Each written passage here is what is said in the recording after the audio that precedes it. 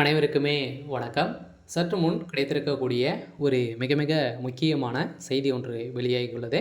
சற்று முன் ஸ்டாலினுக்கு எதிராக போராட்டம், விரட்டியடிப்பு, கதறும் திமுக. இது மாரி செய்திகள் வெளியாயிருக்கு. இப்போ பார்த்தீங்கன்னா, வருகின்ற சட்டமன்ற தேர்தலுக்காக திமுகவும் சரி, அதிமுகவும் சரி அங்கங்க பார்த்தீங்கன்னா, பிரச்சாரத்தில தனிப்பட்ட விதத்தில பார்த்தீங்கன்னா, வாக்குகளை சேகரிக்கும் விதத்தில அங்கங்க பிரசாரங்கள் செய்திருக்காங்க. இந்த நிலையில இப்போ அதிரடியாக பார்த்தீங்கன்னா, எடப்பாடி பழனிசாமி அவர்கள் செய்த சம்பவத்தின் அடிப்படையில முதல்வர் ஸ்டாலினுடைய கதை ஒட்டுமொத்தமாக முடிந்திருக்கு. அதிமுகல விசிக கூட்டணி அப்படின்ற அதிகாரப்பூர்வமான ஒரு அறிவிப்பு இன்னும் சில தினங்களில் வரப்போகுது அப்படின்ற மாதிரி வெளியே இருக்குது. இந்த நிலையில் தான் முதல்வர் ஸ்டாலினுடைய கதை ஒட்டுமொத்தமாக முடிய போகுது.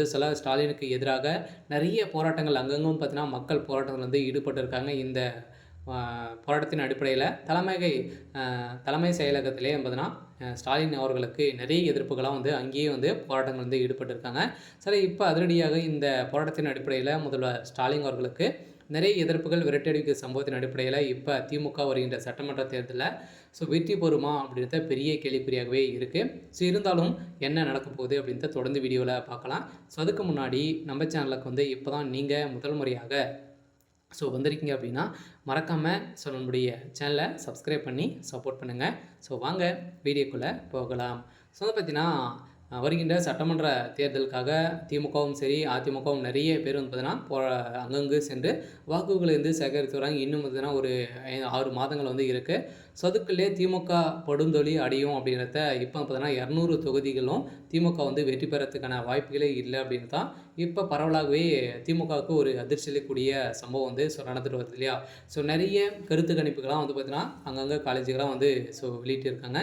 இந்த கருத்து கணிப்பின் அடிப்படையில் திமுக படுதோல்வி அடையறதுக்கான அனைத்து ஏற்பாடுகளுமே அவங்க ஆட்சியில் பார்த்தீங்கன்னா நடக்கக்கூடிய அனைத்து ஊழல் பட்டியலில் பார்த்தீங்கன்னா திமுக தான் ஒரு மிகப்பெரிய முதலிடத்தில் இருக்காங்க. இவங்களை நம்பி போட்ட மக்கள் அனைவருமே பார்த்தீங்கன்னா ஓட்டு போட்ட மக்களுக்கு அனைவருமே எந்த ஒரு செயலுமே எந்த ஒரு நலத்திட்டங்களும் செய்யாத ஒரு அரசாக தான் இருக்குது.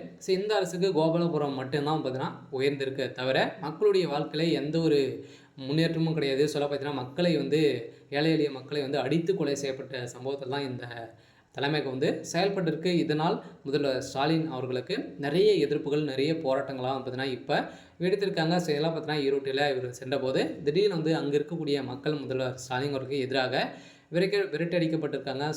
முதல்வர் ஸ்டாலின் அவர்கள் திமுகவுக்கு பெரும் அதிர்ச்சியை ஏற்படுத்தியிருக்கு. திமுகவுடைய தலைமையகத்தில் ஒரு மிகப்பெரிய சம்பவம் நடக்க போது திமுகவில் கூட்டணி இருக்கக்கூடிய ஆட்சி அனைத்துமே அதிமுகவில் தான் ஐக்கியமாக போகிறாங்க.